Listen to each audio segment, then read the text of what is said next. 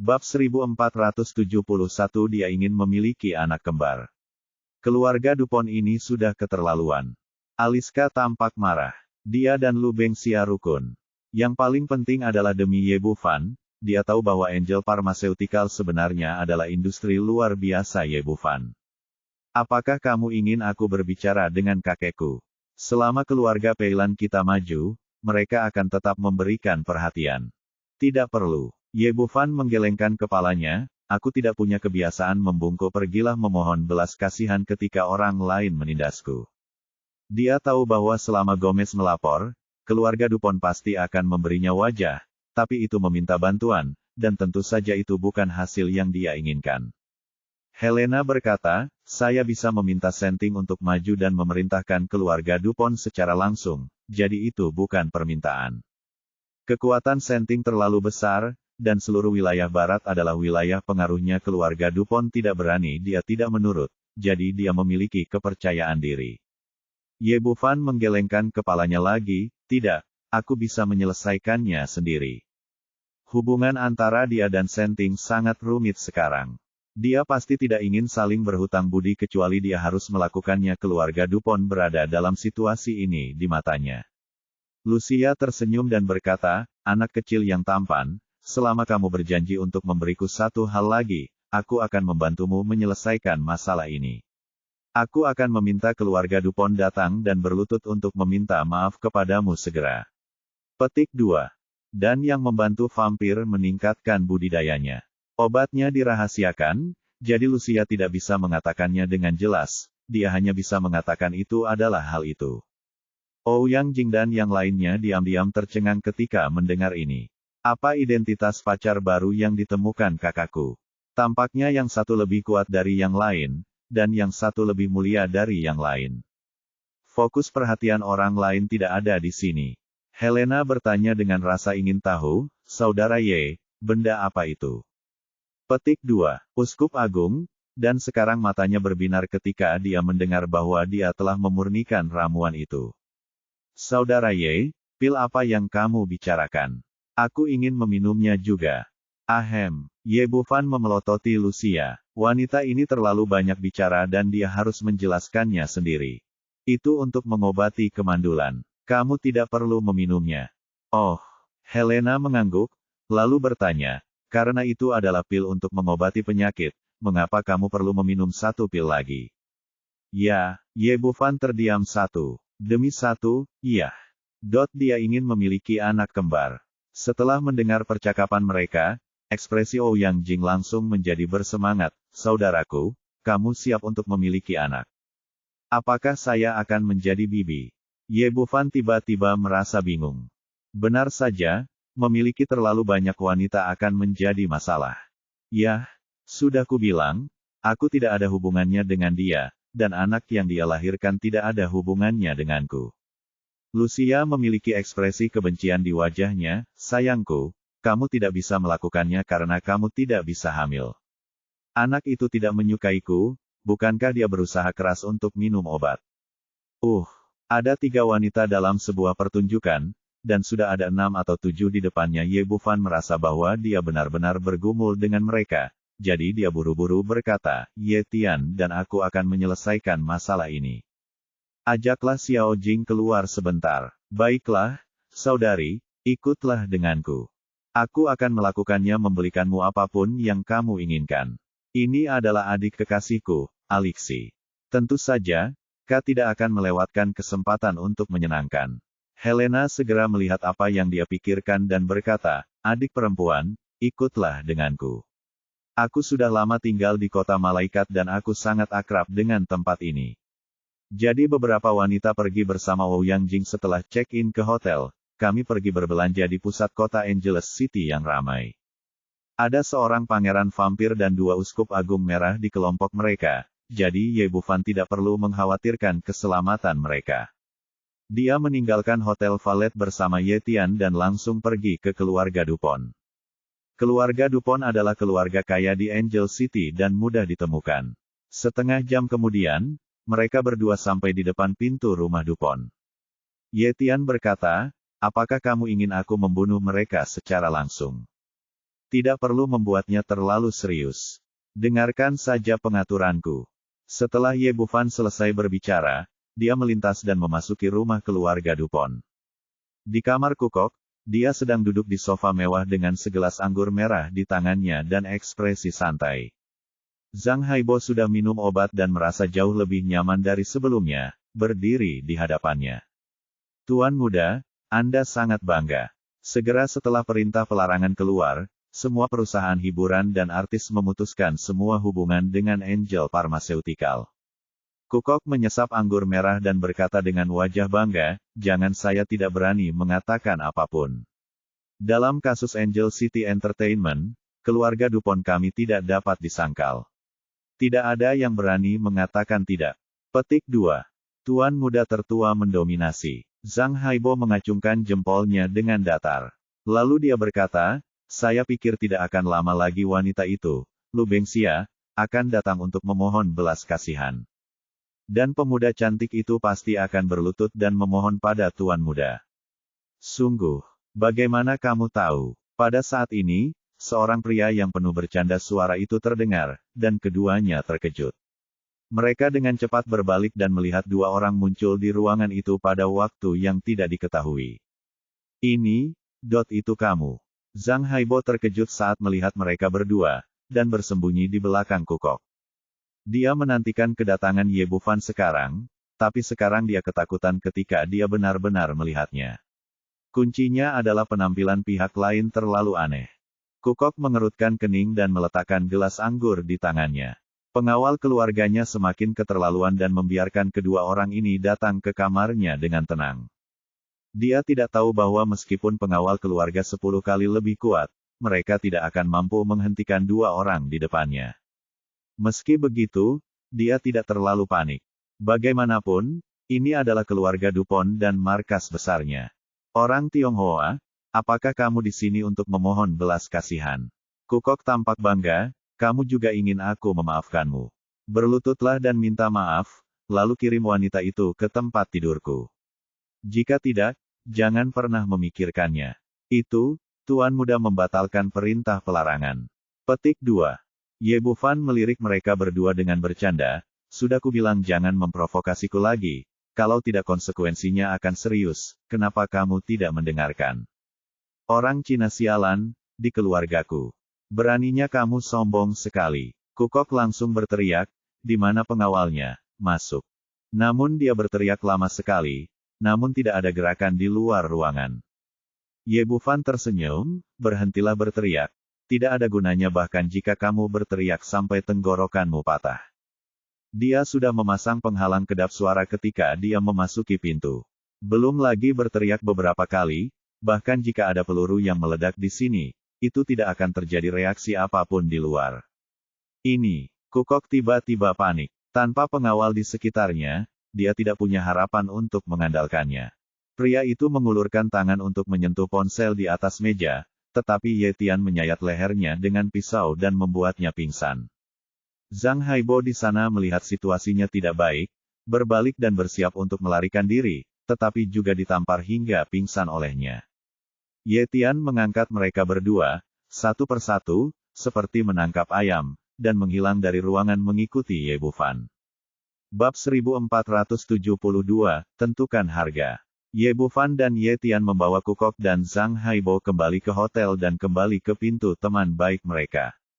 Persis sama seperti terakhir kali, formula yang sama dan bau yang sama.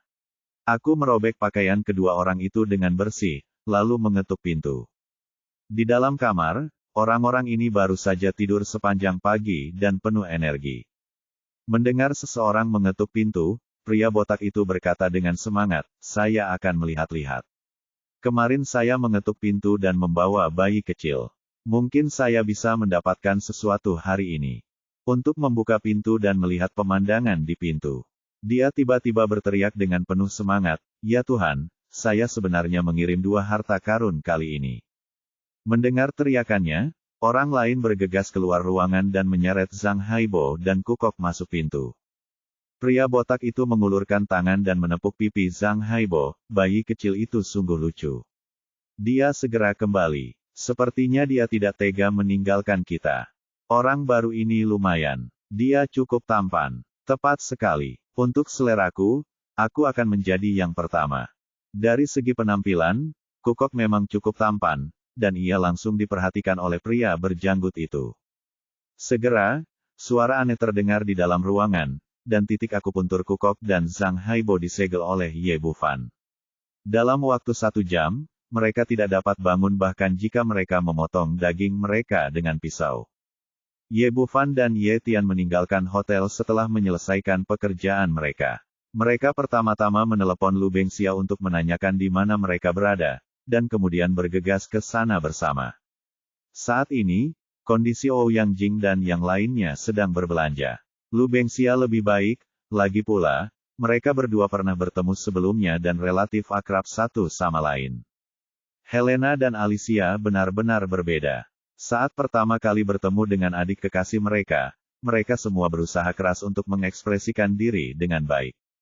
Alicia memberinya jam tangan Patek Philippe edisi terbatas senilai lebih dari 1 juta.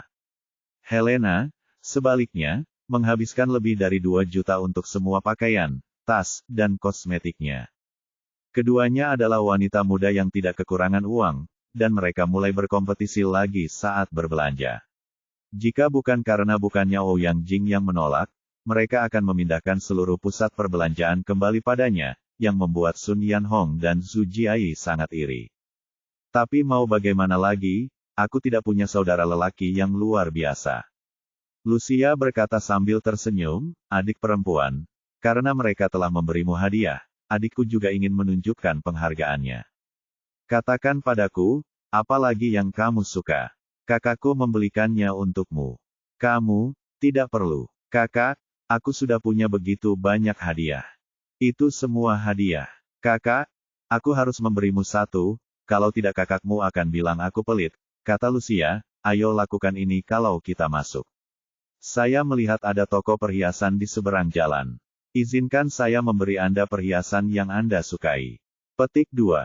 Karena Lucia ingin memberikannya kepada Anda, terima saja. Petik 2. Saat Ouyang Jing hendak menolak, Ye Bufan berjalan dari samping. Dia mengetahui detail pangeran vampir ini dengan sangat baik. Tidak berlebihan untuk mengatakan bahwa dia sekaya siapapun di negara ini, dan dia pantas menumpahkan darah. Oke, terima kasih kakak. Karena kakaknya memintanya untuk menerimanya, tentu saja Ouyang Jing tidak akan sopan. Sekelompok orang meninggalkan mal dan berjalan menuju toko perhiasan di seberangnya. City of Angels awalnya adalah kota terbesar kedua di negara M, dengan perdagangan maju dan bintang Hollywood berkumpul di sini, jadi tentu saja tidak ada kekurangan berbagai toko mewah. Toko perhiasan di seberangnya disebut Starlight, yang tidak hanya berarti banyak bintang di sini, tetapi juga menunjukkan bahwa perhiasan di toko tersebut sangat mempesona. Seluruh toko perhiasan didekorasi dengan megah dan dibagi menjadi 3 lantai, dengan setiap lantai seluas hampir 1000 meter persegi. Lapisan pertama adalah perhiasan emas dan perak, lapisan kedua adalah batu giok dan batu giok yang relatif biasa, dan lapisan ketiga adalah tempat barang-barang mewah sebenarnya berada. Ye Bufan dan yang lainnya baru saja tiba di depan pintu, dan selusin orang berjalan ke arah mereka. Pemimpinnya adalah seorang pemuda berusia 30-an. Dia tampak seperti pria tampan pada umumnya, dengan hidung mancung dan mata yang dalam. Dia terlihat sangat tampan. Dia mengenakan setelan buatan tangan oleh seorang penjahit tua Italia, dan memiliki jam tangan emas bernilai jutaan di pergelangan tangannya. Dia memiliki senyum sopan di wajahnya, tetapi ada kesombongan yang tak terkendali di matanya. Di belakangnya ada selusin pengawal jangkung, yang tampak gagah. Pria tersebut adalah Omar, putra tertua keluarga Fulin. Sebagai keluarga kaya di Angel City, keluarga Fulin merupakan pemegang saham terbesar kedua di Hollywood, dengan saham lebih banyak dibandingkan keluarga Dupont. Seperti Kukok, hal favorit Omar adalah pergi keluar dan berburu wanita. Dia baru saja membelikan cincin berlian untuk wanita baru yang disukainya di sini. Begitu saya keluar, saya bertemu Ye Bufan dan yang lainnya. Ya Tuhan, dari mana datangnya begitu banyak wanita cantik? Melihat gadis-gadis di hadapannya ini, bahkan Omar yang sedang menikmati bunga pun kaget. Lu Bengxia, Helena, Alicia, Lucia, Sophie, sebut saja, mereka semua adalah wanita cantik yang menakjubkan. Bahkan ketiga gadis di belakang, Ouyang Jing, Sun Yanhong, dan Zhu Jiayi, memiliki kelebihan masing-masing dan murni serta cantik. Cantik, indah sekali. Omar menelan ludah, lalu melangkah maju menemui Ye Bufan, yang berjalan di depan. Para pengawal itu secara alami memahami apa yang akan dilakukan tuan mereka, dan mengikuti dari belakang, menghalangi jalan semua orang. Ye Bufan melirik mereka dan bertanya, apakah ada yang salah denganmu? Apakah ini wanitamu? Tentukan harga, aku akan mengambil semuanya. Mata Omar berkilat cemburu, sebagai tuan muda dari sebuah keluarga besar matanya, wanita lebih seperti barang, dan dia selalu membayarnya secara langsung. Di masa lalu, dia telah mendapatkan banyak wanita dengan cara ini. Tidak peduli pria atau wanita, mereka tidak dapat menahan serangan uangnya. Jika $10.000 AS tidak cukup, maka $100.000 AS tidak cukup, dan jika $100.000 AS tidak cukup, $1 juta AS pada akhirnya akan menjadi harga yang tidak dapat ditanggung pihak lain, dan uang hanyalah angka di tangannya. Hal yang sama juga terjadi hari ini. Dia langsung ke pokok persoalan dan meminta tawaran. Ye Bufan tertegun sejenak, lalu tertawa. Dia memiliki seorang wanita muda dari keluarga besar, 2 pendeta hebat berpakaian merah, dan seorang pangeran vampir. Tuan muda, Anda salah. Wanita-wanita ini bukan milik saya milik mereka. Dia mengangkat tangannya dan menunjuk ke arah Helena, Lucia, dan Alicia. Saya mengandalkan mereka untuk penghidupan saya. Di mata Mal, ternyata dia adalah seorang laki-laki cantik yang mengandalkan wanita untuk memenuhi kebutuhan hidupnya. Dia segera mengabaikan Ye Bufan dan menoleh untuk melihat ke arah Lucia dan yang lainnya. Wanita cantik, saya Omar dari keluarga Fulin. Selama Anda bersedia menjadi wanita saya, uang sebanyak apapun akan baik-baik saja. Atau Anda bersedia memasuki industri hiburan Hollywood, saya akan segera membuat Anda populer dan menjadi bintang paling populer di dunia. Menghadapi begitu banyak wanita terkemuka, dia telah menggunakan semua kartu trufnya.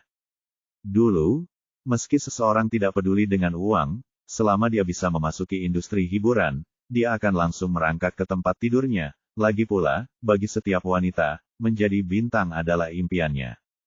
Tapi kali ini dia kecewa.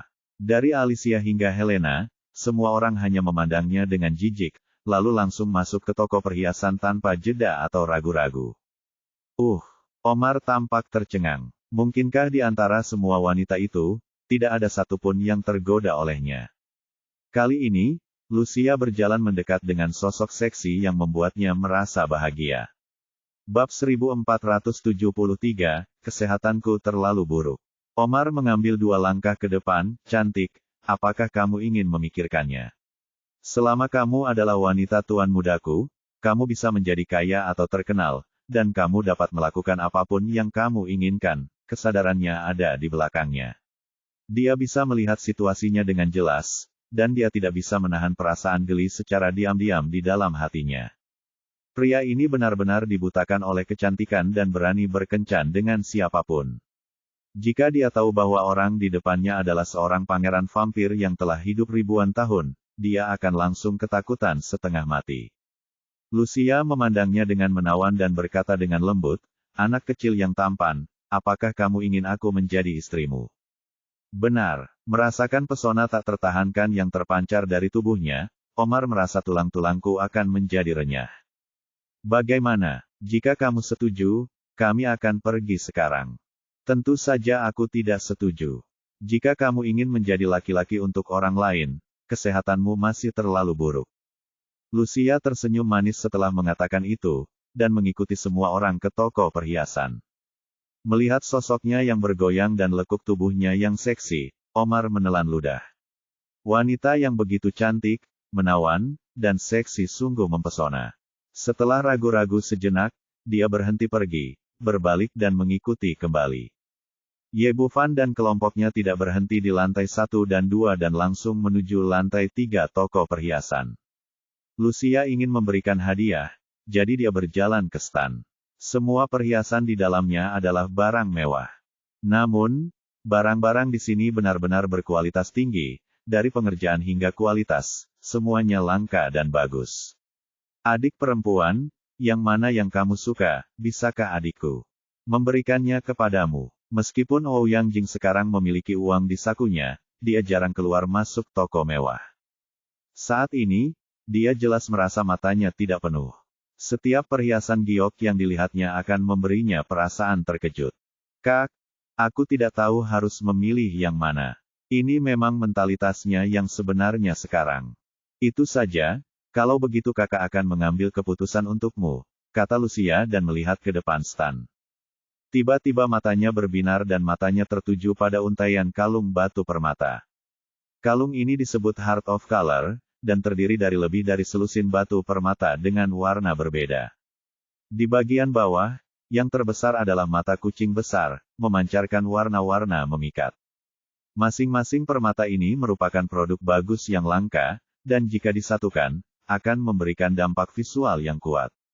Adik perempuan, apa pendapatmu tentang ini? Kata Lucia sambil menunjuk ke kalung itu. Kalung ini indah sekali, aku menyukainya, sembur Ouyang Jing. Tidak ada wanita yang bisa menahan godaan rangkaian hati berwarna-warni ini, namun di tengah kalimatnya, dia melihat label harga di bawah, 15 juta. Dan itu masih dalam dolar AS, yang membuatnya langsung menutup mulutnya karena terkejut. Meski kini menjadi orang kaya, namun harganya terlalu mahal, yakni lebih dari 100 juta yuan jika dikonversi ke mata uang Tiongkok. Yah, kakak, ini terlalu mahal. Bagaimana kalau kita menukarnya dengan yang lain? Petik 2. Meskipun dia setuju untuk menerima hadiah itu, Ouyang Jing tidak pernah menjadi orang yang serakah dan merasa ini terlalu mahal hutang budi kepada saudaraku. Tidak masalah, begitu saja. Lucia tidak pernah melirik label harganya. Baginya, uang hanyalah angka dan tidak dianggap sama sekali. Dia menjentikkan jarinya, pelayan, bungkuskan kalung itu untukku. Oke, Nona. Meskipun para pelayan di toko ini telah menjalani pelatihan ketat, melihat kalung yang begitu mahal dijual, masih sangat gembira, dia bergegas maju untuk membungkusnya, kalung itu. Nona, metode pembayaran apa yang Anda gunakan? Tunggu sebentar. Petik 2. Dia datang langsung ke Lucia, cantik, apapun yang kamu suka, aku akan membayarnya. Ini hadiah untukmu. Apakah kamu yakin? Harganya sangat mahal. Lucia melambai, dia tersenyum menawan. Tentu saja benar. Uang bukanlah masalah bagi saya. Tanpa ragu-ragu, Omar mengulurkan tangan dan mengeluarkan sebuah kartu bank dan melemparkannya ke pelayan di sebelahnya. Tak lama kemudian terdengar bunyi bip yang menandakan kartu tersebut berhasil digesek. Tuan, ini tagihan Anda. Pelayan menurunkan tagihan yang sudah dicetak dan menyerahkannya kepadanya. Omar melihat sekilas dan melihat daftar panjang angka-angka di atasnya, dan mau tidak mau merasa terharu di dalam hatinya. Meskipun keluarganya sangat kaya, masih agak menyakitkan untuk menghabiskan 15 juta dolar AS sekaligus. Mengetahui bahwa dia baru saja membeli cincin berlian itu harganya hanya ratusan ribu. Namun setelah melirik Lucia menawan di sebelahnya, ia langsung menahan emosinya. Layaknya membayar 15 juta dolar AS untuk wanita secantik itu. Kalau begitu terima kasih. Lucia memberikan kalung itu kepada Ouyang Jing tanpa sopan santun, lalu mereka berjalan ke bawah. Omar tampak bingung. Biasanya, menerima hadiah mahal darinya sama dengan menyetujui permintaannya, dan dia harus pergi ke hotel untuk berhubungan seks dengannya dengan jujur. Mengapa kamu pergi sekarang, tanpa melihat dirimu sendiri? Tunggu sebentar. Dia segera menghentikan orang-orang di depannya. Pria tampan, apakah ada hal lain yang bisa kamu lakukan? Lucia memandangnya dengan menawan. Omar berkata, kenapa, aku membelikanmu hadiah dan kamu pergi begitu saja? Lucia memasang ekspresi bingung, apalagi? Aku sudah mengucapkan terima kasih. Terima kasih. Omar terdorong untuk muntah darah. Sial, betapapun kayanya aku tidak akan menghabiskan 15 juta untuk membelikanmu ucapan terima kasih. Ekspresinya langsung menjadi gelap, aku menghabiskan begitu banyak uang, kenapa kamu tidak mengucapkan terima kasih saja? Kamu pelit banget, kamu sendiri yang terburu-buru membayar tagihannya, dan aku tidak memintamu. Lucia menggelengkan kepalanya tak berdaya. Lupakan saja, kalau begitu aku akan mengucapkan terima kasih lagi, kali ini di kantor pusat, kan? Setelah dia mengatakan ini, orang-orang di sebelahnya tidak bisa menahan tawa, dan Ye Bufan bahkan tertawa terbahak-bahak hingga tidak bisa menahan tawa. Orang ini tertinggal terlalu jauh untuk merayu pangeran vampir yang telah hidup ribuan tahun. Anda, Omar tiba-tiba menjadi pucat, apakah Anda bercanda? Lucia masih tersenyum cerah, Tuan, apakah Anda salah paham? Anda baru saja mengatakan ingin memberi saya hadiah, jadi saya setuju. Uang tidak berarti apa-apa bagimu, lalu kamu membayar sendiri tagihannya. Apakah ada yang salah dengan itu?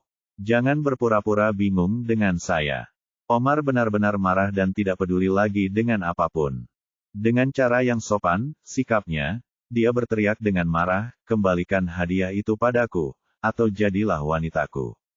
Lucia menjentikkan tangannya dan berkata dengan polos, kembalikan, bagaimana ini mungkin? Aku sudah memberikannya. Kalau begitu kembalilah dengan membawa, jujur padaku. Omar melambaikan tangannya, dan selusin pengawal mengerumuni dan mengepung semua orang, siap menangkap siapapun yang tidak setuju. Melihat pemandangan ini, Ouyang Jing segera mendatangi Ye Bufan dengan gugup, saudaraku, apakah saudari Lucia baik-baik saja? Bagaimana kalau mengembalikan barang ini kepada mereka? Bab 1474 Tinju Kecil yang Fatal. Tidak ada alasan untuk mengembalikan barang yang kamu kirimkan. Biarkan Lucia yang menanganinya. Ye Bufan berdiri dengan gembira di sampingnya, seolah-olah semua ini tidak ada hubungannya dengan dia, tanpa ada niat untuk membuat keributan. Pengecut. Melihat penampilannya, Omar menjadi semakin menghina. Cantik, kamu harus mengerti bahwa lebih baik mengikutiku daripada mengikuti pria cantik. Kesehatannya, sepertinya tubuhmu tidak begitu lemah. Lucia mendatanginya, melingkarkan lengannya di lehernya, dan menghela napas, sebaiknya kamu kembali. Jika kamu benar-benar ingin aku menjadi wanitamu, tubuhmu akan menanggungnya itu. Itu tidak akan berhasil. Omar tiba-tiba menjadi tidak senang ketika seorang wanita mengatakan kesehatannya buruk. Jangan khawatir, cantik. Tubuhku jauh lebih kuat daripada gadis cantik. Aku pasti akan memuaskanmu. Setelah mengatakan itu, dia mengulurkan tangan dan menepuk dadanya yang kuat untuk menunjukkan betapa kuatnya dia, lalu berkata dengan ekspresi yang tidak senonoh. Cantik, jika kamu tidak percaya, kamu bisa mencobanya. Pria ini sangat percaya diri dengan tubuhnya. Dia tidak pernah gagal berolahraga selama bertahun-tahun. Dia bahkan belajar tinju selama beberapa waktu kekuatannya, dia lebih kuat dari kebanyakan orang. Benarkah? Aku harus mencobanya, kata Lucia sambil mengangkat tangan kanannya dan memukul dadanya dengan tinjunya yang putih dan lembut. Tidak ada yang menganggap serius pukulan ini, terutama Omar sendiri. Dia meninju dadanya dengan tangan kecil. Dia tidak tahu seberapa besar penderitaan yang dia alami selama bertahun-tahun. Hanya Ye Bufan yang mengerti apa yang sedang terjadi, dan sudut mulutnya melengkung. Kekuatan fisik pangeran vampir tidak kalah dengan orang kuat tingkat martial Saint yang memurnikan tubuhnya hanya dengan satu pukulan, dia mungkin kehilangan separuh hidupnya bahkan jika dia tidak mati. Omar tidak mengetahui hal ini, dan dengan ekspresi sukses di wajahnya, dia hendak mengulurkan tangan kanannya untuk memeluk wanita itu ke dalam pelukannya. Namun pada saat ini, kekuatan besar tiba-tiba datang dari dadanya, seolah-olah dia baru saja ditabrak kereta yang sedang melaju. Segera setelah itu, seluruh orang itu seperti bola meriam, terbang mundur lebih dari 10 meter, menghantam pilar besar toko perhiasan dengan keras, dan kemudian seteguk darah muncrat. Saat ini, wajah Omar dipenuhi dengan ketakutan. Dia tidak pernah membayangkan bahwa seorang wanita bisa terlihat begitu ringan dan lapang, dan pukulannya bisa begitu kuat. Ini bukan menggoda, tapi berakibat fatal. Semua orang juga kaget, terutama Ouyang Jing dan yang lainnya. Tidak ada yang menyangka kalau kecantikan pirang yang selalu tersenyum bisa begitu kejam. Lucia terkikik lagi, bagaimana? Biar ku beritahu, tubuhmu sama sekali tidak bagus. Kamu muntah darah hanya dengan satu ketukan. Jika kamu pergi tidur, kamu akan mati karenanya. Berani menggoda pangeran bangsawan dari klan darah. Jika Ye Bufan dan dua pendeta merah dari Senting tidak menonton, mereka akan menyedot orang ini menjadi seorang pria. Omar hampir menjadi gila. Saat ini, dia menyadari bahwa wanita ini telah mempermainkannya. Dia tidak hanya menipu dia sebesar 15 juta dolar, tetapi dia bahkan memukulinya seperti ini. Sebagai anak sulung keluarga Fulin, kapan ia pernah mengalami kerugian sebesar itu? Dia memanjat sambil berpegangan pada pilar, mengulurkan tangannya untuk menyeka darah di mulutnya, dan berteriak dengan gigi terkatup, "Silakan dan bawa wanita jalang ini kembali padaku. Semua orang akan membagikan apa yang telah aku gunakan."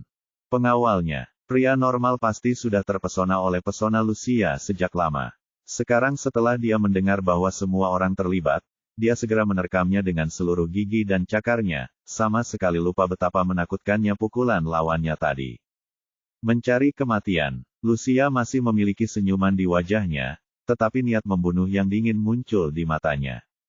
Bang bang bang, hampir dalam sekejap mata, selusin pengawal terbang keluar, masing-masing dengan tulang dan tendon patah, meratap tanpa henti. Begitu Omar berdiri, dia melihat semua anak buahnya terjatuh ke tanah, dan Lucia berjalan ke arahnya dengan senyum cerah.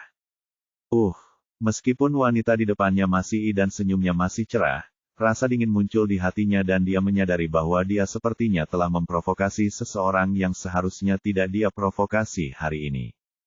"Jangan datang. Aku anak tertua dari keluarga Fulin." Seperti pemuda pesolek lainnya, dia langsung pindah dari keluarganya setelah merasa putus asa. "Apakah kamu tidak ingin aku menjadi wanitamu? Apakah kamu tidak ingin berhubungan seks denganku? Mengapa kamu terlihat begitu takut?" Suara Lucia terdengar centil, seolah-olah air menetes, seolah-olah dia sedang berbicara di antara sepasang kekasih. Kata-kata cinta. Namun dia menggerakkan tangannya dengan tegas, menjambak rambut Omar, lalu menghantam meja kaca di sebelahnya. Terjadi benturan, kaca konter pecah, dan wajah Omar berlumuran darah serta pecahan kaca. Yang lain melakukannya lebih baik, tetapi Ouyang Jing dan 3 orang lainnya tidak bisa menahan diri untuk tidak berseru. Kontras yang diberikan Lucia kepada mereka terlalu kuat. Sebelumnya, dia selembut air, dengan senyuman secerah bunga, tapi saat dia menggerakkan tangannya, tidak ada ambiguitas sama sekali. Dia lebih kejam dari pria. Mereka tidak tahu bahwa jika tidak ada begitu banyak orang yang menonton di sini, nasib Omar akan 10 kali lebih menyedihkan daripada sekarang. Di mata Lucia, martabat mulia pangeran vampir tidak akan pernah tersinggung oleh orang-orang duniawi ini. Ouyang Jing tidak bisa tidak memikirkan apa yang dikatakan Ye Bufan sebelumnya. Kakaknya menyuruhnya menjauh dari wanita ini, jika tidak dia mungkin akan menyesatkannya. Sekarang saya akhirnya mengerti arti di balik kata-katanya. Wanita ini tidak sesederhana kelihatannya. Lucia melambaikan tangannya dan memasukkan Omar, yang wajahnya berlumuran darah, ke tempat sampah di sebelahnya. Lalu dia mengambil tisu dan menyeka tangannya. Dia berkata dengan riang kepada semua orang seolah-olah tidak ada yang salah, "Oke, ayo pergi." Para pelayan dan penjaga keamanan di dekatnya benar-benar ketakutan, dan tidak ada yang berani menghentikannya. Semua orang meninggalkan toko perhiasan dan berjalan-jalan sebentar sebelum kembali ke hotel untuk beristirahat. Di dalam hotel, Zhang Haibo membuka matanya, dan yang muncul di hadapannya adalah wajah berjanggut penuh senyuman jahat. "Sayang, aku tidak menyangka kamu akan kembali kepadaku secepat ini." Di belakang, Zhang Haibo menjadi gila karena rasa sakit yang hebat, yang hampir membunuhnya sekali. Bagaimana ini bisa terjadi 2 kali dalam 1 hari? Di saat yang sama, teriakan tajam terdengar dari samping, "Siapa kamu? Apakah kamu mencari kematian?" Kukoklah yang berteriak dalam situasi ini. Rasa sakit di sekujur tubuhnya dan sensasi robek di sana memberitahunya bahwa dia pasti telah disiksa lebih dari 1 kali. "Sayang, bukankah kamu sendiri yang membawanya ke rumah kami? Kamu bahkan bertanya siapa kami." Pria botak itu tersenyum cabul dan menggendong Kukok. "Lepaskan aku, apa kamu tahu siapa aku?" Kukok awalnya ingin mengungkapkan identitasnya untuk mengintimidasi pihak lain, tapi sebelum dia selesai berbicara, sebuah mulut besar muncul dan mulutnya tertutup rapat. Di saat yang sama, tubuh kuat lainnya memeluknya dari belakang. Ia ingin melawan dengan sekuat tenaga, namun sayangnya ia biasanya terlalu dimanjakan dan bukan tandingannya, sehingga ia ditembaki oleh kedua pria tersebut. Lalu ada lagi rasa sakit yang hebat di belakangnya, dan dua garis air mata panas mengalir di wajah Kukok. Dia dipenuhi dengan kemarahan yang tak terbatas, kesedihan, dan perasaan ingin mati. Awalnya, dia ingin menidurkan Lu Bengxia, tapi dia tidak menyangka ada orang lain yang akan menidurkannya. Bab 1475 Apa yang kamu takutkan? Setelah beberapa jam, Zhang Haibo dan keduanya dibebaskan. Pada saat ini, ekspresi mereka seperti menantu perempuan kecil yang telah dirusak, sangat menyedihkan dan sedih. Kedua orang itu membantunya keluar kamar. Kukok mengenakan celana panjang besar dan kemeja bermotif bunga dari orang tak dikenal, yang terlihat biasa saja. Zhang Haibo di sebelahnya bahkan lebih buruk lagi. Tidak banyak pakaian untuknya. Dia mengenakan sepasang sandal dan handuk mandi di pinggangnya. Tubuh bagian atas telanjangnya dipenuhi berbagai tanda.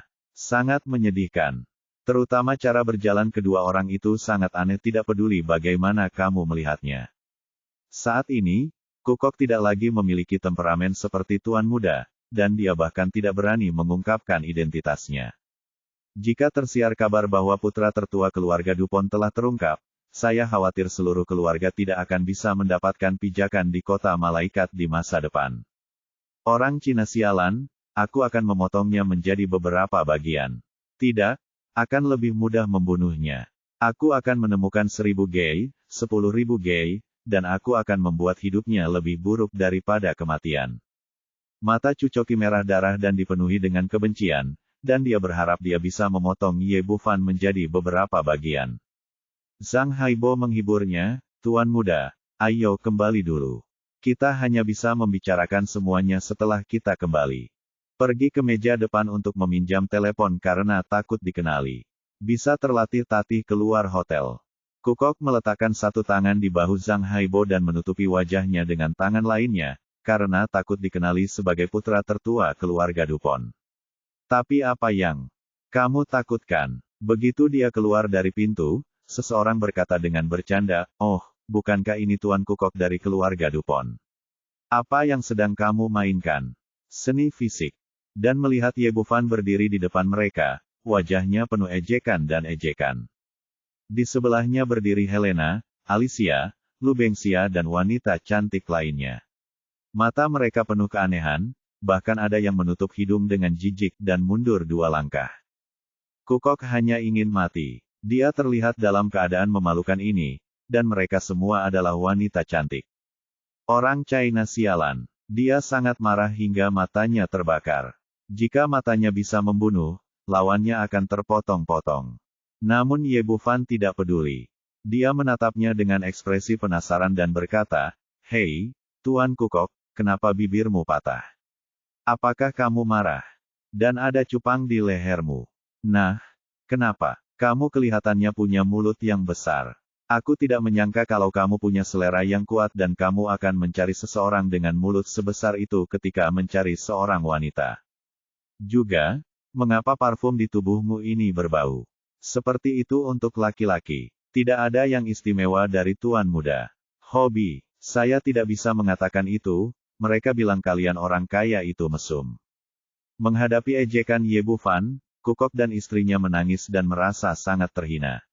Mereka bahkan merasakannya. Rasa jijik di mata seorang wanita cantik. Sudah berakhir, sekarang sudah benar-benar berakhir, dan wajahku sudah hilang sama sekali. Kukok mengertakkan gigi dan berkata, "Ye Bufan, tunggu saja aku pasti akan membunuhmu." Ekspresi Ye Bufan berubah dingin, "Aku juga memperingatkanmu. Aku akan memberimu waktu 1 jam lagi untuk segera mematikan karya itu, sial. Perintahkan aku untuk melepasnya, lalu datang dan berlutut untuk meminta maaf. Jika tidak, konsekuensinya akan lebih serius dari ini." "Oke, kamu tunggu di sini. Aku akan datang dan berlutut untuk meminta maaf padamu." Kukok berkata dengan niat membunuh di matanya. Zhang Haibo dan aku terlatih-tatih menjauh dari sini. Keluarga Dupont, kepala keluarga, James Brown, sangat marah. Keluarga yang begitu besar, dengan pertahanan yang sangat ketat, justru kehilangan putra satu-satunya. Tidak ada yang melihat Kukok keluar, dan teleponnya tidak dapat dihubungi. Bahkan pintunya masih utuh, tapi dia menghilang begitu saja. Siapa yang bisa memberitahuku kemana tuan muda tertua pergi? Para pengawal dan pelayan di depannya semua diam. Tidak ada yang tahu apa yang terjadi, dan tidak ada yang tahu tentang Kukok. Saat ini, seorang pengawal yang menjaga pintu bergegas masuk. Tuan muda tertua sudah kembali. Petik 2. Kembali. James menghela nafas lega ketika dia mendengar bahwa putranya telah kembali dengan selamat.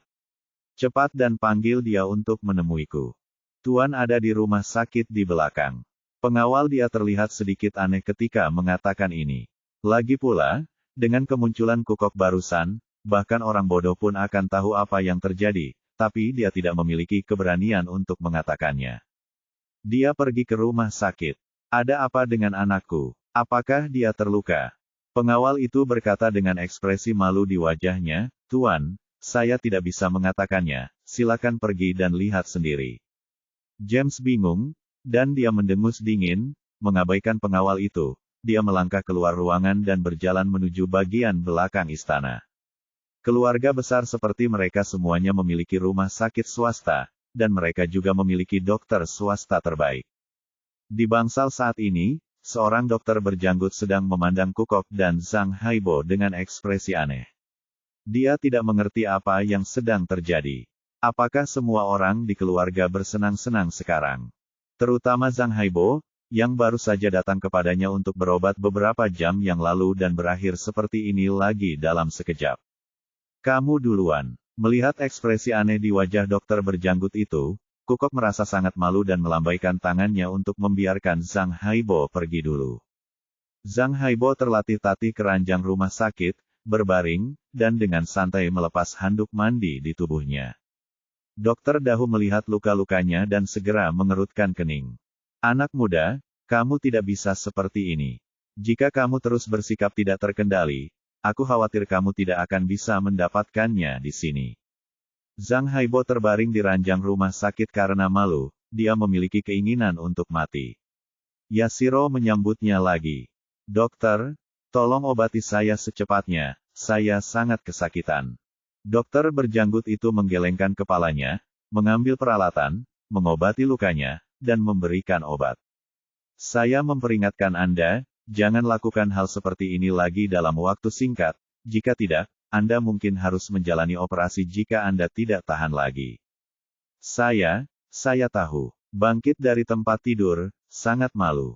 Dia berlari ke samping, mengambil pakaian yang diserahkan oleh pengawal dan memakainya kembali. Selanjutnya Kukok pun pergi untuk mengobati lukanya, dokter berjanggut itu menggelengkan kepalanya saat merawatnya. Orang kaya zaman sekarang memang mesum, wanita baik tidak menyukainya tapi mereka suka mempermainkannya.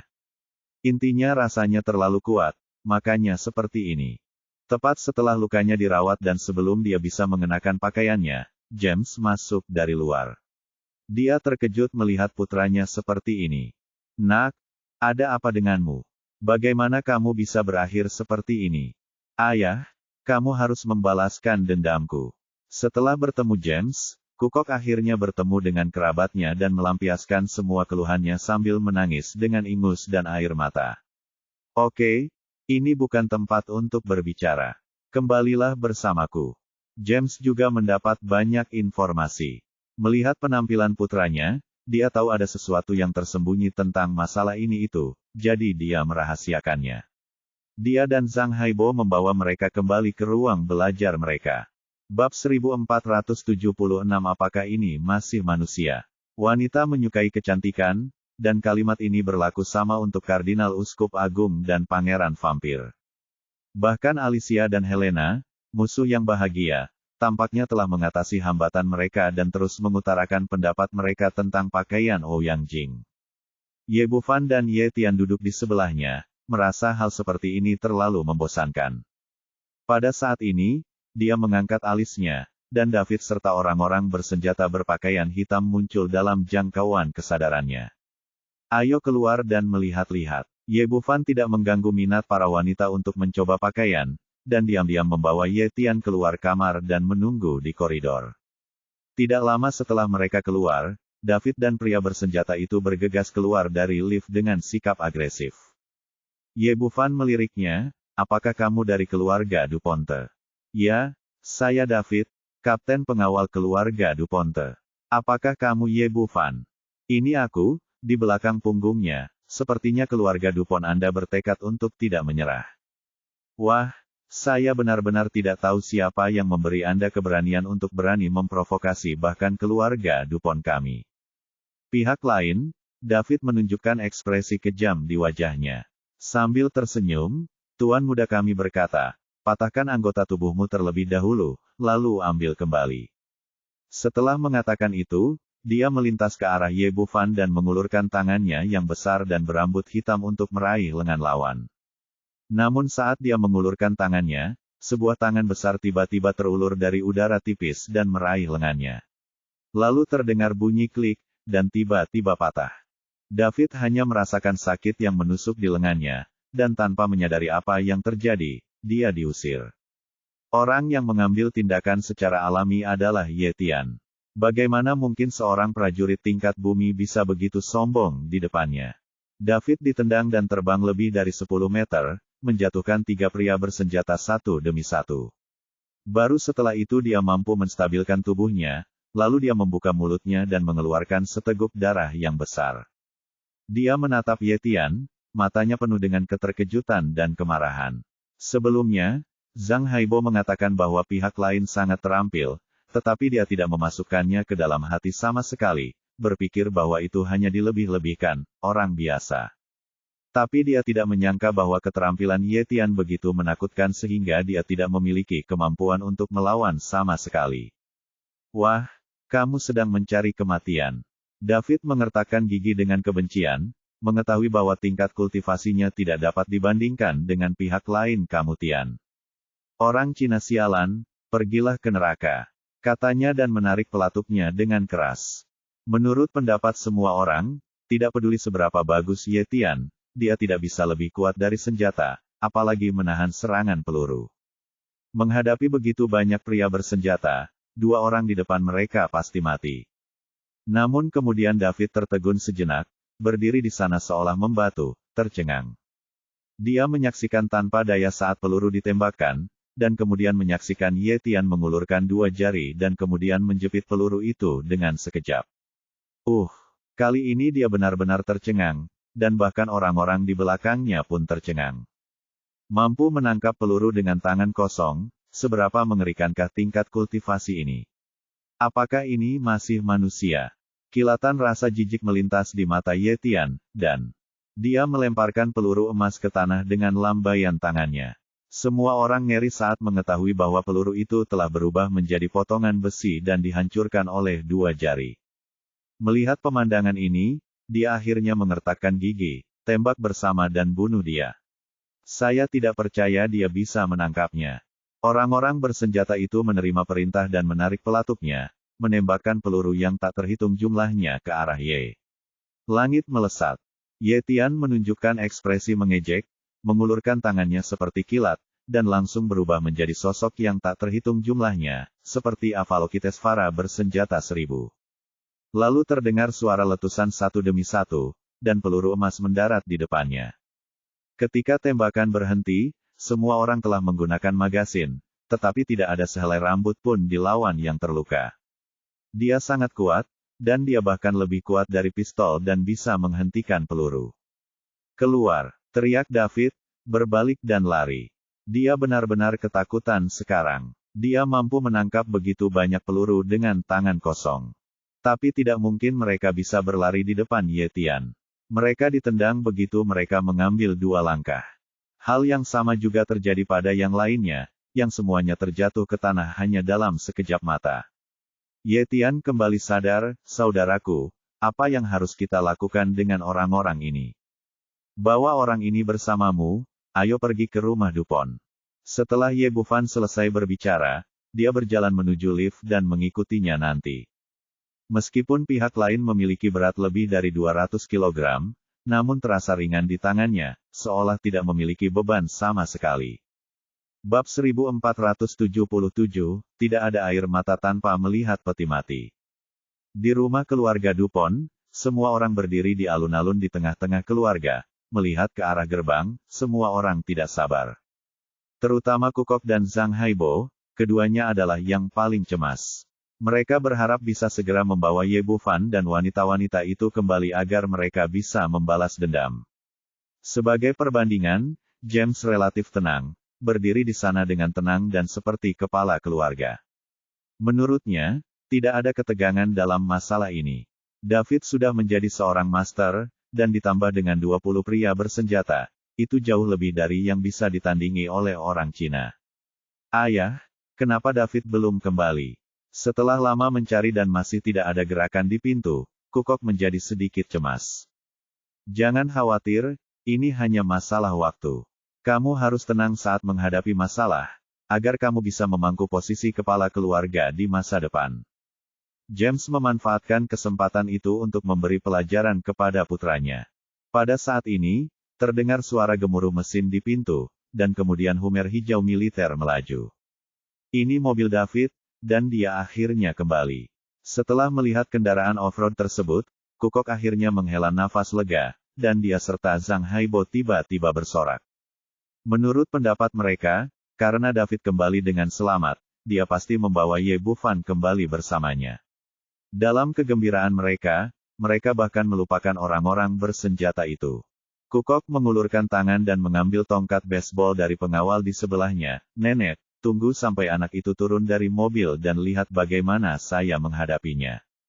Kendaraan off-road itu melaju langsung ke alun-alun, lalu berhenti ekor yang indah. Turun. Ye Bufan membuka pintu mobil dan melompat keluar dengan gembira. Kemudian Ye Tian keluar dari mobil dengan David di tangannya dan melemparkannya ke tanah dengan jentikan tangannya.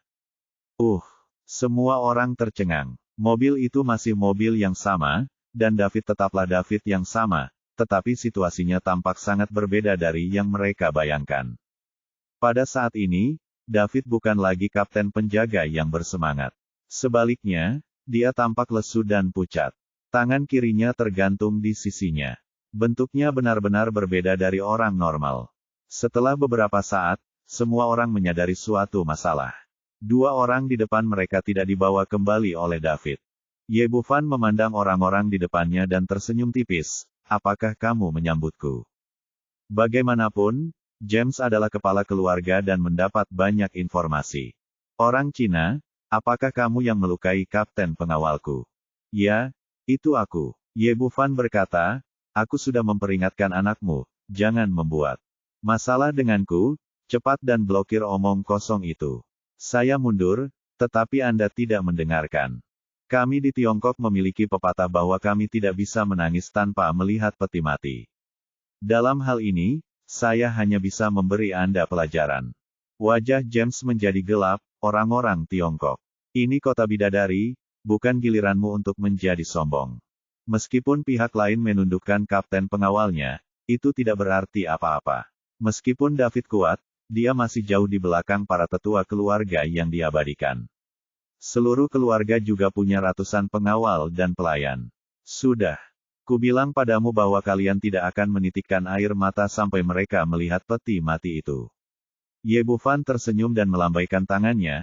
Ye Tian, beri mereka warna. Petik 2. Dia berjalan menuju James. Orang Cina yang sombong, biarkan aku melihat kemampuanmu.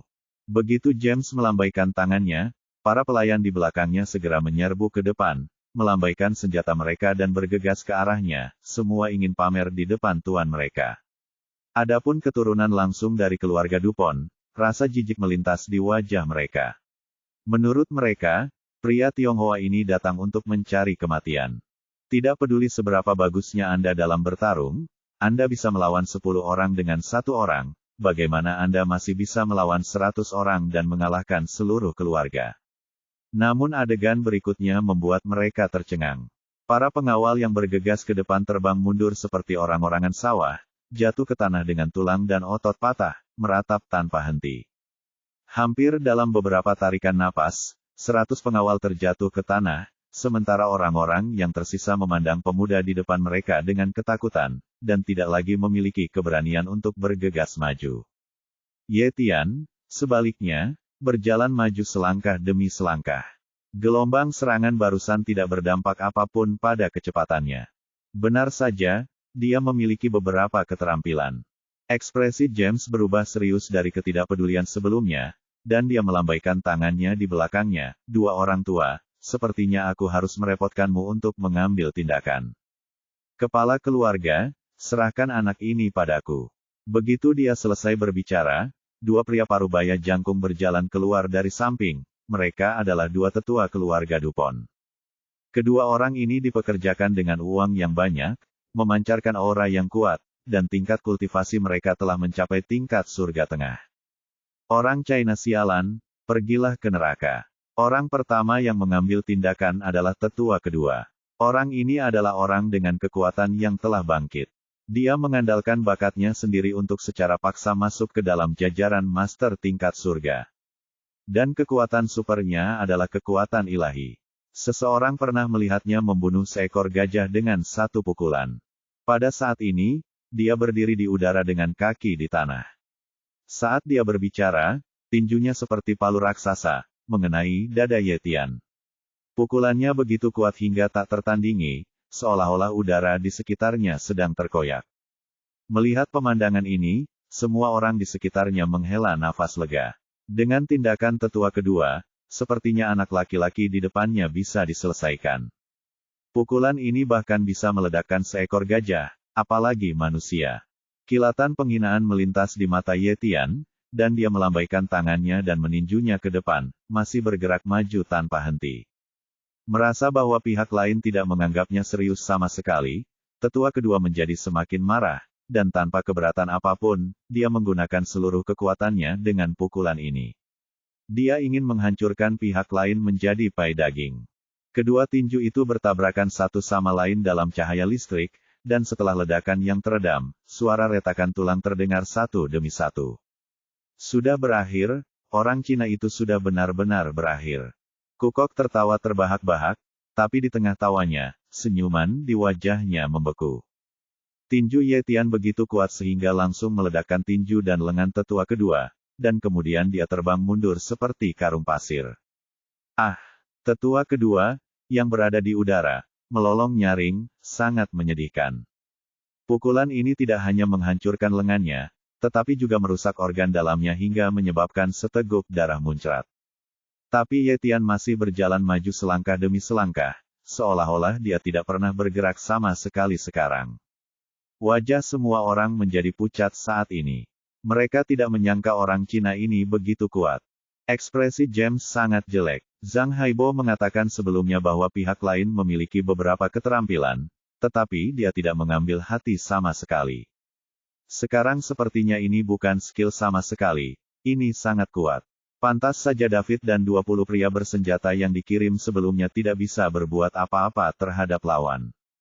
Orang yang paling terkejut adalah Tetua Agung. Dia tidak pernah menyangka bahwa Ye Tian yang kurus akan memiliki tingkat kultivasi yang begitu kuat. Tingkat kultivasinya hanya setengah sama dengan tetua kedua. Bahkan jika dia lebih kuat dari orang lain, jaraknya tidak terlalu besar. Dalam hal ini, bahkan jika dia mengambil tindakan, dia hanya akan mempermalukan dirinya sendiri, dan bahkan mungkin kehilangan nyawanya. Memikirkan hal ini, dia berbalik dan pergi tanpa ragu-ragu. Apakah Anda bercanda? Tujuan saya datang ke sini adalah untuk memuja para tetua sehingga saya dapat menikmati sumber daya budidaya yang disediakan oleh keluarga Dupont. Saya tidak akan melakukan apapun karena mengetahui bahwa itu akan menyebabkan kematian. Kecepatannya sangat cepat, dan sebelum semua orang bisa pulih, dia telah menghilang sepenuhnya. Bab 1478 Aku akan memberimu satu set makanan. Orang-orang dari keluarga Dupont benar-benar tercengang.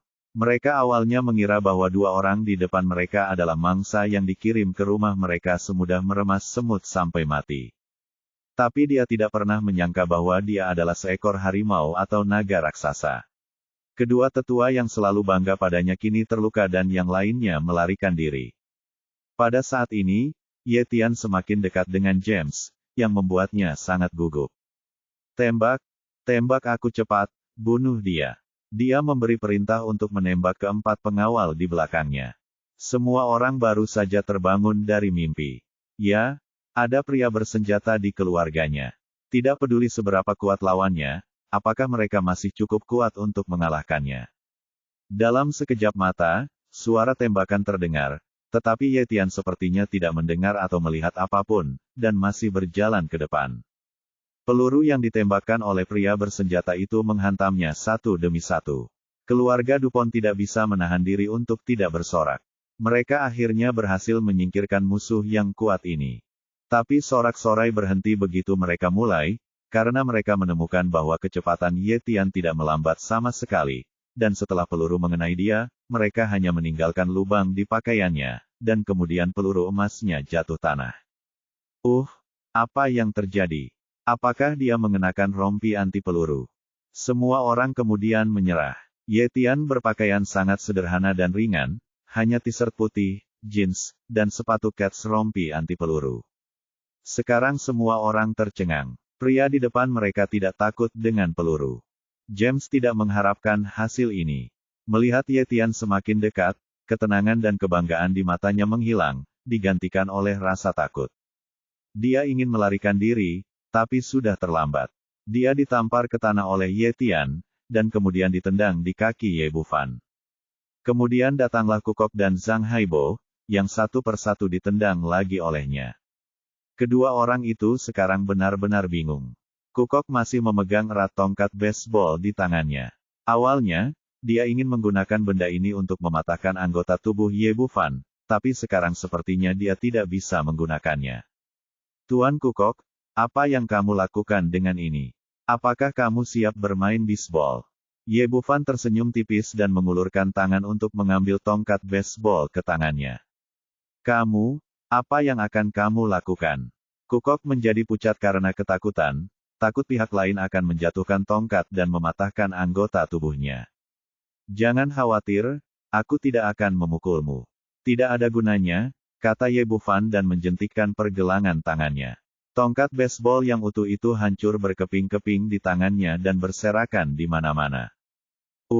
Keterampilan macam apa ini? Saya pernah mendengar sebelumnya bahwa semua orang Tionghoa adalah ahli kungfu, tetapi semua orang masih tidak mempercayainya, tetapi sekarang tampaknya hal itu benar. Semua orang ketakutan lagi dan terdiam ketakutan. Salah satu Ye Tian telah mengalahkan mereka sampai mereka tidak dapat melawan, sementara pemuda lainnya tampaknya lebih kuat. Bagaimanapun, James adalah kepala keluarga. Dia menarik napas dalam-dalam dan menahan rasa kaget di hatinya. Apa yang akan Anda lakukan? Tuan James, kan? Saya pikir Anda telah melakukan kesalahan dalam satu hal. Bukan itu yang akan saya lakukan. Keluarga Dupont Andalah yang datang memprovokasi saya satu demi satu. Ekspresi Ye Bufan berubah dingin dan matanya tajam. Melihatnya, dia berkata, awalnya, pacarku pergi ke kota malaikat untuk mencari juru bicara, tetapi putramu pertama-tama menemukan seseorang untuk diserang dan dirampok, lalu muncul dengan semacam perintah pemblokiran omong kosong, melarang semua orang bekerja sama dengan Angel Pharmaceuticals saya. Awalnya, saya pikir tidak apa-apa jika saya tidak tahu apa-apa, tetapi Anda, bos, sebenarnya mengirim pria bersenjata untuk datang ke pintu diselesaikan. Petik 2. Bajingan, kamu melakukan pekerjaan dengan baik. James mengangkat tangannya dan menamparnya. Kukok terjatuh ke tanah. Saat ini, dia sudah membenci anak buta ini. Tidak baik bagimu untuk memprovokasi siapapun. Mengapa maukah kamu memprovokasi bintang jahat seperti itu? Ayah, ini bukan salahku, hal sialan ini membuatku melakukannya. Setelah Kukok dipukuli, dia segera menyadari bahwa dia harus mencari kambing hitam, dan segera menoleh untuk melihat Zhang Haibo di sebelahnya. Merasakan niat membunuh di mata orang lain, Zhang Haibo tiba-tiba panik dan berteriak dengan cepat, Tuan, saya. Tapi sebelum dia selesai berteriak, Kukok mengulurkan tangan dan mengambil pistol dari pengawal di sebelahnya, lalu menggedor ada beberapa tembakan, dan Zhang Haibo tertembak satu demi satu. Dia jatuh ke tanah dengan bunyi gedebuk, dan gemericik darah mengalir keluar dari lubang peluru. Matanya terbuka lebar, dan dia jelas-jelas sedang menatap dirinya sendiri. Mengapa anjingnya tiba-tiba dibunuh oleh pemiliknya padahal dia sudah melakukan yang terbaik? Kukok membuang pistol di tangannya dan berkata sambil tersenyum meminta maaf, Tuan Ye, anak ini meminta saya melakukan hal-hal ini. Saya telah membunuhnya sekarang. Apakah menurut Anda kita harus menyelesaikan masalah ini? Dia tersenyum dingin, bagaimana bisa begitu murah untuk membunuh seekor anjing dan hanya ingin menyelesaikan masalah dengan saya. Tuan Ye, tidak peduli apa, masalah ini juga merupakan kesalahan keluarga Dupont kami. Jadi, saya akan memberikannya kamu sejumlah sekarang. Kompensasi, kata James sambil mengambil buku cek dari samping, menulis cek senilai 100 juta dolar AS dan menyerahkannya. Ye Bufan mengambil cek itu dan menjentikannya, lalu mengangkat tangannya, dan cek itu berubah menjadi puing-puing di seluruh langit. Aku tidak kekurangan uang. James mengerutkan kening, lalu apa yang kamu inginkan? Aku sudah bilang, pertama-tama, kamu harus menyingkirkan perintah pemblokiran omong kosongmu itu, dan kemudian semua orang di Angel City di media, minta maaf secara terbuka kepada Angel Pharmaceuticals.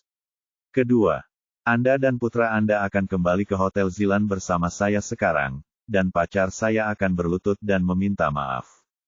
Jika tidak, masalah ini tidak akan selesai. Ekspresi semua orang yang hadir berubah. Ini sama saja dengan menginjak-injak keluarga Dupont. Faktanya, inilah yang diinginkan Ye Bufan. Yang dia inginkan adalah menanganinya dengan cara yang menonjol, dan yang dia inginkan adalah agar semua orang melihat konsekuensi dari memprovokasi Angel Pharmaceutical.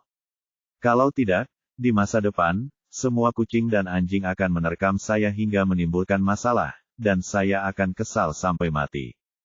Tuan Ye, apakah Anda bertindak terlalu jauh? Wajah James benar-benar menjadi gelap. Dia dapat melihat bahwa pihak lain memiliki perusahaan besar seperti Angel Pharmaceutical, dan tujuan datang ke Angel City adalah untuk mencari juru bicara. Dalam hal ini pihak lain tidak bisa berbuat banyak, makanya dia berani tersingkir. Lagi pula, masyarakat kelas atas juga punya aturannya sendiri, dan pihak lain tidak bisa berbuat terlalu banyak. Apakah itu terlalu berlebihan? Kamu mengirim seseorang untuk membunuhku, dan aku memintamu untuk berlutut dan meminta maaf. Ini sudah merupakan hadiah yang luar biasa. Ye Bufan, izinkan aku memberitahumu, keluarga Dupont kami adalah keluarga besar di Angel City, keluarga terbesar ketiga di Hollywood. Pemegang saham, tidak sembarang orang bisa menginjak mereka. Jika masalah ini terungkap, keluarga Dupont kami dapat membantu Anda menemukan juru bicara di Hollywood, jika tidak, saya jamin Anda akan mendapat masalah di sini. Katanya, semakin percaya diri dia. Sudah menggenggam pegangan lawan. Ye Bufan meliriknya, jadi, kamu belum siap menerima persyaratanku. Tentu saja tidak. Aku tidak percaya apa keluarga Dupont kita dan kamu masih berani membunuhku. Membunuh? Kalau begitu, tentu saja bukan, saya orang yang beradab, dan yang paling saya benci adalah pemukulan dan pembunuhan. Ye Bufan memandang James dan tersenyum bercanda, pernahkah Anda melihat apa yang terjadi pada putra Anda sebelumnya? Ini versi yang lebih besar. Ngomong-ngomong, saya ingin merekamnya kali ini. Mungkin itu akan diposting online dan seluruh dunia bisa melihatnya. Bab 1479 Mumi. Ye Bufan tersenyum padanya, lalu melambaikan tangannya, ambillah. Dia memberi perintah, dan Ye Tian segera menghampiri ayah dan anak itu. Hentikan dia dengan cepat. James panik. Sayang sekali orang-orang di keluarganya ditakuti oleh Ye Tian. Dia adalah orang yang kejam yang bahkan tidak takut dengan peluru kecuali mempermalukan diri sendiri. Memikirkan pengalaman tragis belum lama ini, Kukok hanya bisa gemetaran. Tuan Ye, saya salah. Tolong lepaskan saya. Saya bersedia meminta maaf. Saya bersedia berlutut. Saya bisa melakukan apapun yang Anda minta saya lakukan.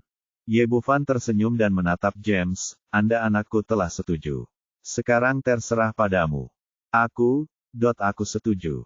James telah kehilangan kepercayaan terakhirnya. Meskipun pihak lain tidak berani untuk benar-benar membunuhnya, akan lebih buruk jika dia ditangkap dan disetubuhi oleh teman gaynya. Yang paling penting adalah meskipun hanya ada 2 orang dalam keluarga, mereka memiliki keunggulan absolut dan mengendalikan hidup dan mati mereka sendiri. Keluarga besar DuPont tidak memiliki kemampuan untuk melawan sama sekali. Bukankah lebih baik jika seperti ini? Mengapa repot-repot dengan begitu banyak masalah? Buffon kembali ke konvoi Hummer dan melambai kepada ayah dan anak itu, masuk ke dalam mobil. Dalam hatinya, dia tidak berani. Jika ada keraguan, dia dan Kukok masuk ke dalam mobil dengan patuh. Buffon menyalakan mobil dan keluar dari Manor. Kamu tidak punya banyak waktu, cepat telepon. Saya berharap mendengar permintaan maaf dari keluarga DuPont sebelum tiba di hotel. Petik 2. James dan putranya saling bersentuhan setelah mengeluarkan ponselnya. Pertama-tama dia mencabut perintah pemblokiran sebelumnya, dan kemudian secara resmi meminta maaf secara terbuka kepada Angel Pharmaceuticals. Seluruh industri hiburan berada dalam kegembiraan.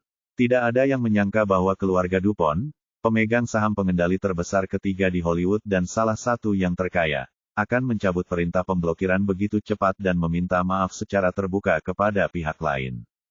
Untuk sementara waktu, perhatian semua orang terfokus pada Angel Pharmaceutical, ingin tahu siapa pihak lain itu dan mengapa mereka memiliki begitu banyak energi. Mereka yang sebelumnya telah menarik kerjasamanya juga menyadari bahwa tren tersebut salah, dan segera menelepon Lu Bengxia untuk meminta maaf, secara proaktif memohon kerjasama kembali, dan menurunkan kondisi seminimal mungkin. Lu Bengxia menyambung ke lebih dari selusin panggilan dan tidak tahu apa yang sedang terjadi. Baru kemudian dia menyadari bahwa Buffon hilang. Buffon membawa mereka berdua kembali ke Hotel Valet, pergi ke kamarnya, membuka pintu dan masuk. Lu Bengxia bertanya dengan penuh semangat, "Xiao Fan, apa yang terjadi? Mengapa mereka yang baru saja memutuskan kerja sama meminta maaf kepadaku? Bukankah normal untuk meminta maaf padamu? Masih ada orang yang harus meminta maaf." Memandang ayah dan anak di depan pintu, "Giliranmu." Kukok berlutut sambil menjatuhkan diri, "Maaf, Nona Lu, kebutaanku yang menyinggung perasaanmu, dan aku secara resmi meminta maaf kepadamu." James mengikuti dan berlutut di sampingnya, "Nona Lu, saya bertanggung jawab atas lemahnya disiplin saya. Saya ingin meminta maaf secara resmi kepada Anda atas nama keluarga DuPont. Mohon maafkan kami kali ini." Dia bingung keluarga DuPont, tapi dia tidak pernah membayangkan keluarga sekuat itu akan berlutut dan meminta maaf padanya secepat itu. Di saat yang sama, saya juga paham kenapa orang-orang itu berinisiatif meminta maaf kepada saya dan meminta kerjasama. Ternyata akar permasalahannya ada di sini. Dia tidak tahu bagaimana menghadapinya sejenak, dan menoleh ke arah Buffon, "Saudara ini. Itu urusan mereka apakah harus meminta maaf atau tidak. Itu urusanmu apakah akan memaafkan. Terserah padamu. Jika kamu merasa tidak melakukannya. Untuk meredakan amarahmu, pukul dia jika kamu mau, tegur dia jika kamu mau. Kalau begitu, lupakan saja." Lu Bengxia memandangi dua orang yang sedang berlutut depannya dan merasa itu sudah cukup. "Kalian semua bangun, biarkan masalah ini selesai." Setelah menerima pengampunannya, James dan putranya sangat gembira dan buru-buru berdiri dari tanah. Buffon memandang kedua orang itu dan berkata, "Saya akan memberi Anda tugas. Tuan jika Anda memiliki pertanyaan, tanyakan saja kepada saya." James ketakutan, dan ekspresinya penuh hormat. "Saya akan memberi Anda satu malam untuk memberi saya informasi rinci tentang semua selebriti yang datang ke negara M untuk berpartisipasi dalam upacara penghargaan kali ini." Buffon tahu bahwa Lu Bengxia belum memutuskan kandidat terakhir secara rinci. Jika Anda memiliki informasi lebih lanjut, akan lebih mudah untuk memilih. Jangan khawatir, kami berjanji akan melakukannya. Sebagai pemegang saham mayoritas Hollywood, tugas ini tidak terlalu sulit bagi keluarga DuPont. Kalau begitu, ayo pergi. Sebelum Buffon bisa menyelesaikan kata-katanya, tiba-tiba terdengar ledakan langkah kaki yang kacau di luar koridor, dan kemudian pintu ditendang dengan keras, diikuti oleh 100 pria bersenjata berbaju hitam, bergegas masuk dengan senjata dan amunisi. James dan putranya terkejut dan tidak mengerti apa yang sedang terjadi. Tapi kemudian mereka melihat logo di pakaian orang-orang bersenjata itu dengan jelas, dan mereka merasa bahwa orang-orang ini semua adalah anggota keluarga Fulin. Sebagai pemegang saham di Hollywood, mereka tentu mengetahui identitas dan latar belakang pemegang saham pengendali terbesar kedua. Alasan mengapa mereka memiliki kekuatan tirani adalah karena mereka mendapat dukungan dari vampir barat di belakang mereka. Meski ini hanya legenda, namun bagi keluarga besar ini, mereka semua tahu kalau itu benar adanya. Dengan kata lain, keluarga Fulin adalah kekuatan sekuler klan vampir, yang bertanggung jawab menghasilkan kekayaan bagi klan vampir. Karena itu, tidak ada yang berani memprovokasi mereka di hari kerja. Tapi hari ini, orang-orang bersenjata dari keluarga Fulin tiba-tiba menyerbu masuk. Mungkinkah Ye Bufan memprovokasi keberadaan yang menakutkan ini? Saat keduanya bingung, terdengar suara langkah kaki lagi di pintu, dan seorang pria parubaya yang gagah masuk. Ada orang lain yang mengikuti di belakangnya. Saat ini, tubuhnya terbungkus seperti mumi, dan penampilannya sama sekali tidak terlihat.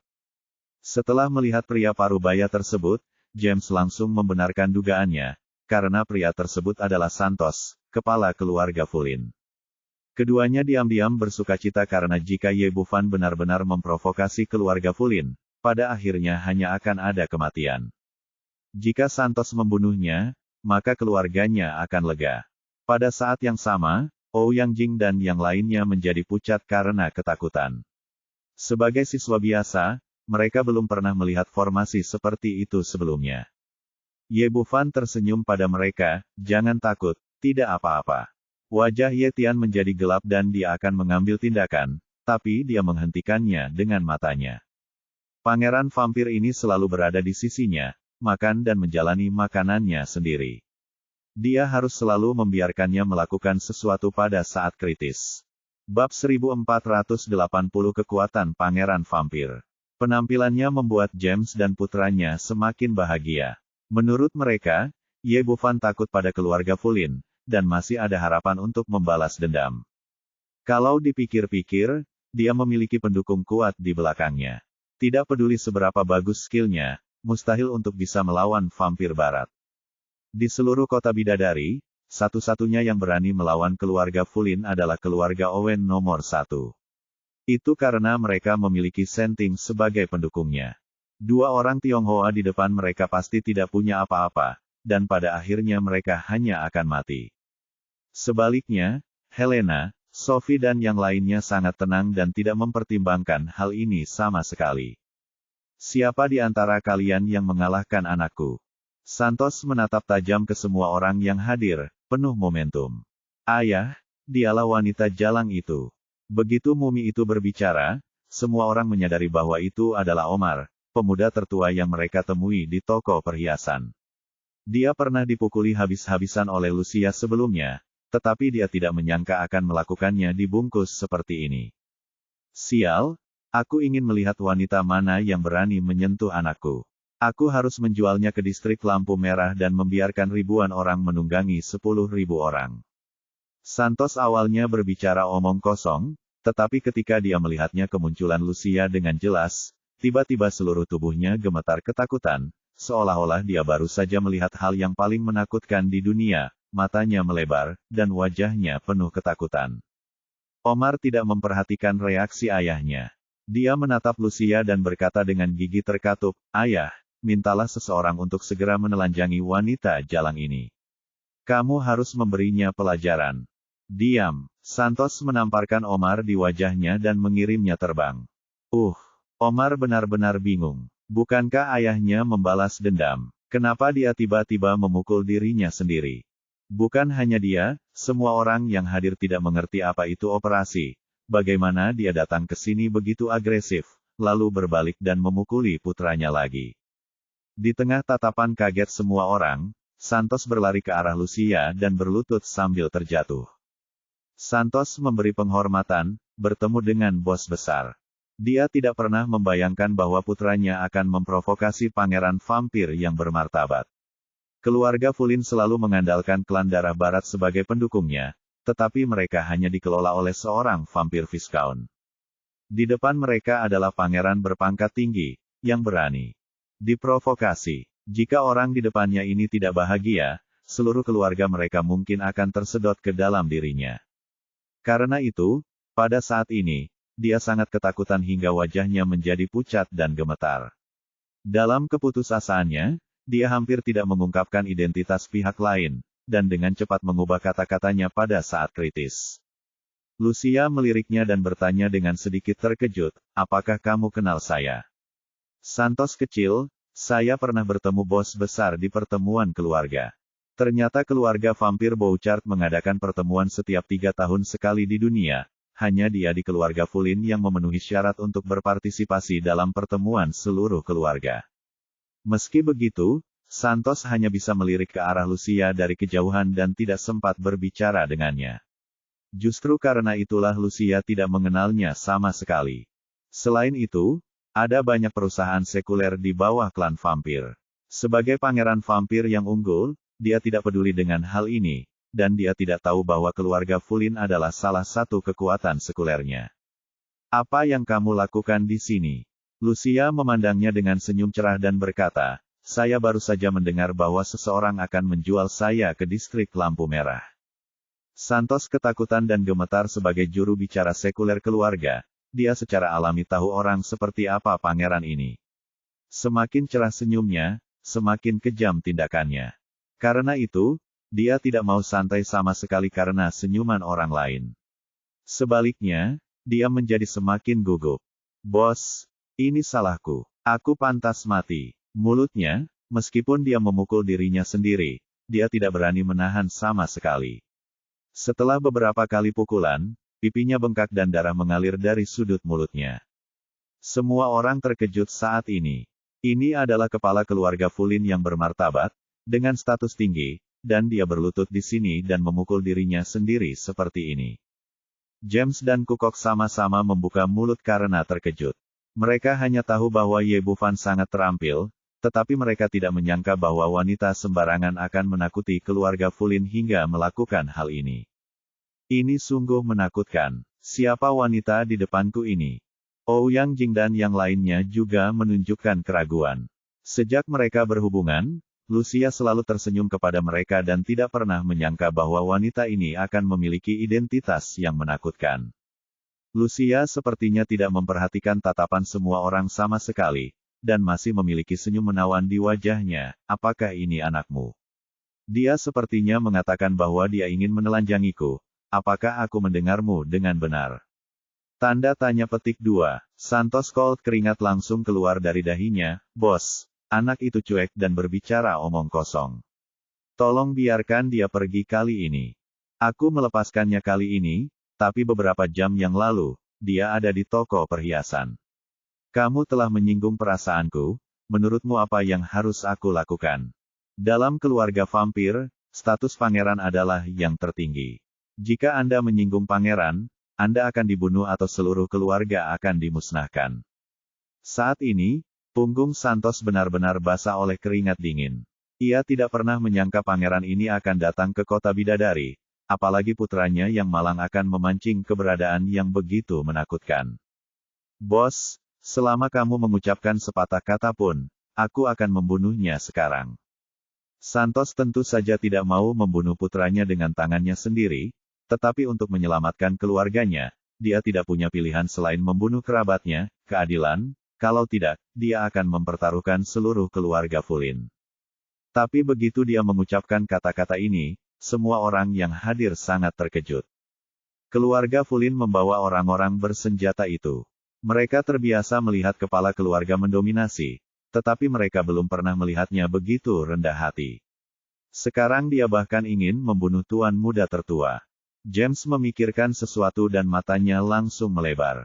Ayah, apakah dia? Kukok sepertinya memikirkan sesuatu, tapi sebelum dia bisa mengatakannya, James menutup mulutnya. Apakah kamu ingin mati? Baik ayah maupun anak sudah menduga bahwa wanita ini mungkin berasal dari keluarga vampir, tapi itu adalah hal yang tabu.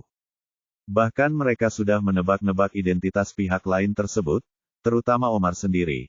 Namun ia berdiri di sana dengan ekspresi kusam, dingin dari ujung kepala sampai ujung kaki, seolah-olah ia sudah menjatuhkan hukuman mati pada dirinya sendiri.